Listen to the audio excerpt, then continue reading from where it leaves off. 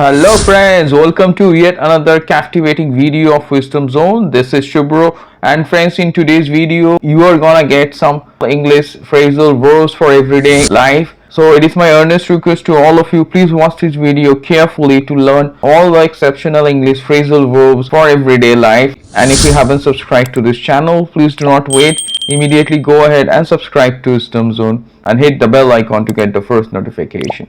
So without wasting any more time, let's get started. 3, 2, 1. So friends, welcome back once again to this extremely important video on English phrasal verbs for everyday life. And as I have promised, today you are gonna get some extremely important English phrasal verbs for your everyday English conversation, and you can incorporate them in your day-to-day conversation, and you can incorporate them in your English writing also. So it is my earnest request to all of you, please watch this video. And before I go ahead, let me also quickly inform that I have provided some more important videos on English phrasal verbs with multiple meanings in the description. So if you want to learn some more important phrasal verbs, do not forget to check the links given in the description. So without further ado, let's get started with today's important English phrasal verbs for everyday life. So friends, as you see, I'm gonna discuss 10 extremely important English phrasal verbs for everyday life, and the first one is on your screen, that is settle for. Let me repeat once again, it's settle for. Settle for is to accept something, often something that is not exactly what you want. Still try to accept something which may not be as per you want. Still you accept something because you don't have options, or you are compelled to accept it. That's called to settle for. Let me show you how to use it. Sam was expecting a profit of 5,000 bucks, but he settled for 3,000 bucks. So that means he decided to accept it because he didn't have other options, so that's why he settled for. I'm quite sure it's clear. So up next we are going to focus on the second extremely useful English phrasal verb which you can use in your everyday English conversation, that is shave off. Let me repeat it, shave off. Shave off means to reduce something by a small amount. So that's called to shave off. It's a very useful one for your everyday English conversation. So as you see the example on your screen, recently fuel prices were shaved off by 5%. That means fuel prices got reduced by 5%. That means it was reduced, fuel prices got reduced by a small amount, that is 5%. So I'm quite sure it's crystal clear. Up next we are going to focus on the third one, that is gulp down. Let me repeat, it's gulp down. It is also a very important phrasal verb for your everyday English conversation. It means to eat or drink something quickly. That's called to gulp down. So when you eat, or when you see someone is eating very quickly or drinking something quickly, you can use this phrasal verb gulp down. So let me show you how to use it. Tom was starving, so he gulped down a big cheeseburger. That means he quickly ate that because he was starving. Okay, he was extremely hungry. So up next we are going to turn our attention to the fourth one, that is makeover. Let me repeat once again, it's makeover. You must have heard of it, but it can be used in a different way here. As you see, makeover means to renovate or remodel. So let me show you how to use it. We decided to make the entire house over. That means we decided to renovate it perhaps or remodel it. I'm quite sure it's clear. Up next, let's turn our attention to the fifth extremely important English phrasal verb for everyday life, that is make out.